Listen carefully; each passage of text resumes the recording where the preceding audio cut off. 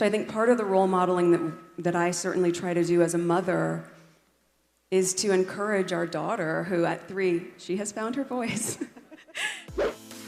Meghan Markle and Prince Harry's daughter Lilibet is growing up so fast. On Sunday, August 18th, the Duchess of Sussex revealed that the couple's 3-year-old daughter has already found her voice while speaking on stage at the Afro Women in Power event in Colombia. It doesn't feel great to, as we've talked about, suffer in silence or even just sit in silence if in those moments you want to be heard or if you have something to say. So I think part of the role modeling that I certainly try to do as a mother is to encourage our daughter, who at 3, she has found her voice. And we're so proud of that because that is how we, as I was saying, create the conditions in which there's a ripple effect of young girls and young women knowing that if someone else is encouraging them to use their voice and be heard, that's what they're going to do, and they're going to create a very different environment than so many of us grew up in, where our voices were meant to be smaller. And now, in raising them, we're changing the conditions in the environment where everyone has space to be the best version of themselves.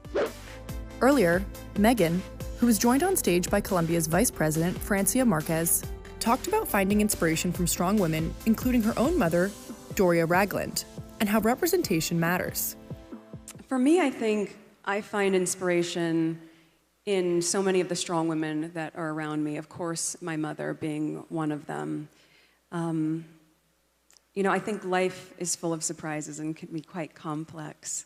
And we've talked about over the past few days, you finding your inspiration in this fighting spirit. And for me, we talked about the power of words as well.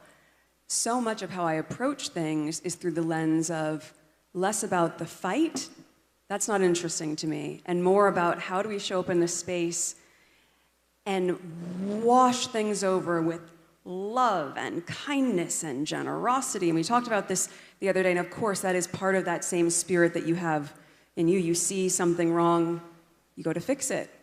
Maybe that's just a very female thing, whether it's a fan or something else. That's what we do, right? As women, we're multitaskers and we are fixers. And so when I try to look at the conditions in which will make women most comfortable in the space, that's multifaceted. And that includes finding ways to create political space where women's voices can be heard, in obviously business where women can have a seat at the table and be in positions of leadership, having examples as you do with your vice president. We all know how much representation matters. We all know that if you see someone who looks like you, who talks like you, who comes from a community like yours, that you can believe it's possible to also be in a similar position of power. So you're not underestimating yourself, you're not underestimating your worth, you're not underestimating your future.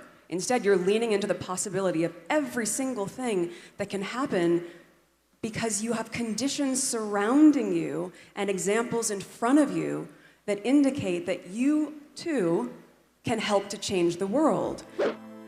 The 43-year-old also spoke about how she was very fortunate to have felt that her voice was being heard ever since she was little. So I will say, from my standpoint, I was very, very fortunate at a young age to feel as though my voice was being heard.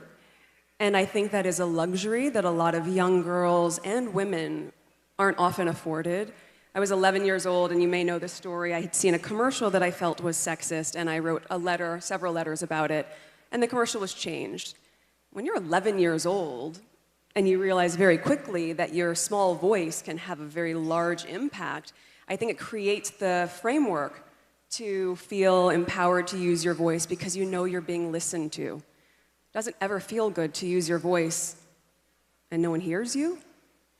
That's not ideal. Harry and Meghan had been in Colombia since Thursday as part of a 4-day trip at the invitation of the country's vice president, where they took part in events and forums. Some of their stops included a drumming class in the coastal city of Cartagena, visiting schools and interacting with children in Bogota, and meeting with local communities and their leaders.